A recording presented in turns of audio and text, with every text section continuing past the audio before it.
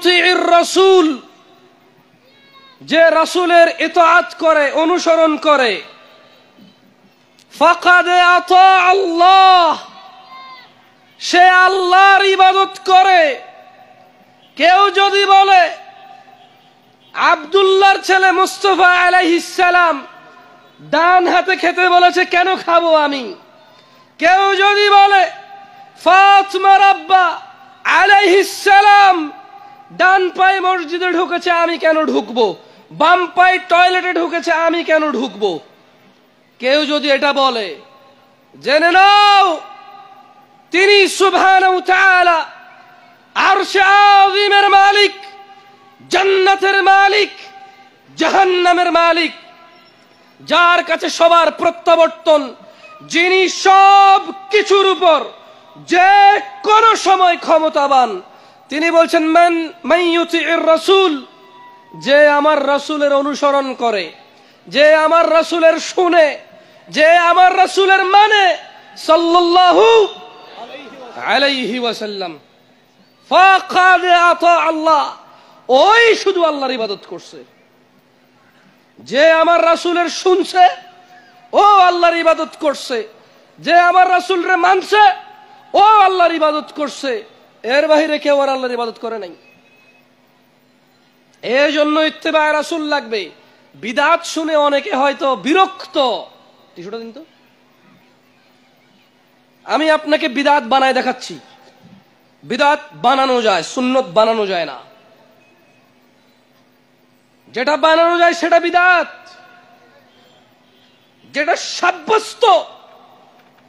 ওয়া মা ইয়ানতিকু আনিল হাওয়া ইন হুয়া ইল্লা ওয়াহয়ু ইউহা। তিনি সাল্লাল্লাহু আলাইহি সাল্লাম প্রবৃত্তির শিকার হয় না, মন গড়া কথা বলে না। ইন হুয়া ইল্লা ওয়াহয়ু ইউহা, যখন ওহী আসে তখন তিনি বলে। এজন্য সুন্নত বানানো যায় না। যেটা হয়ে এসেছে ওটা সুন্নাহ, যেটা সাব্যস্ত সেটা সুন্নাহ, যেটা বানায় সেটা বিদআত।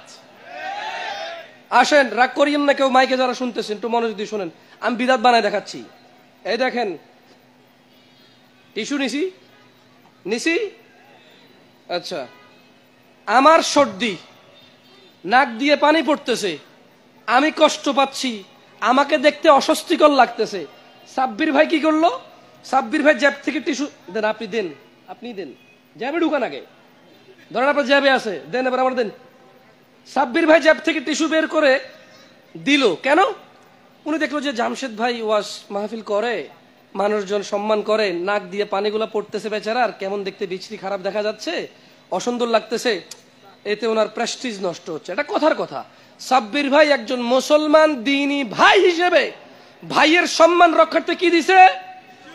এবার আমি মুসলাম, এই যে উনি আমার উপকার করলো, সাদাকা হিসেবে এটা নাকি পাবে কিনা? এবার এটার বিদআত বানাচ্ছি। দেখেন, সাব্বির ভাই বলল, জামশেদ ভাই এক টিস্যুকে ডান হাতে নিয়ে আরেক টিস্যুকে বাম হাতে নিয়ে এইভাবে দুইবার বাড়ি দিয়ে এইভাবে নাকের ময়লা ফালালে 3 নেকি হয়। এবার এটা বিদআত হয়ে গেছে, আর নেকি হয় নাই। কি হয় নাই আর? কিন্তু একটু আগে এটা কি ছিল? সাদাকা। একটু আগে কি ছিল? সাদাকা। এখন কি? বিদআত। কেন বিদআত হয়েছে কে বলতে পারেন? কেন?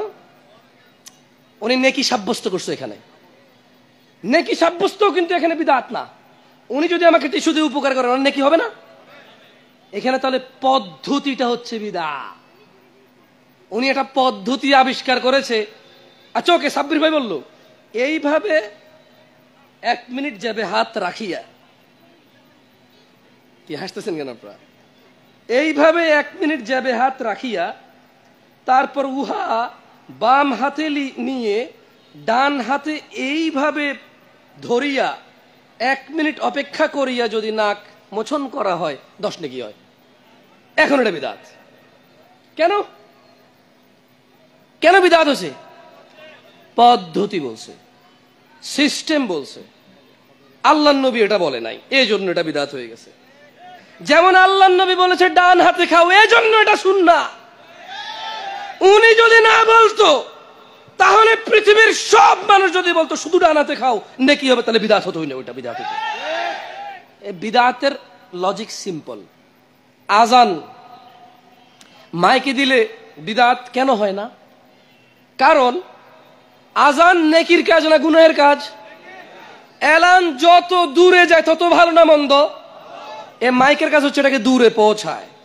এ মাইক এখানে আলাদা কোনো ধর্ম না। এ মাইক এখানে আলাদা কোনো কি না? ধর্ম না।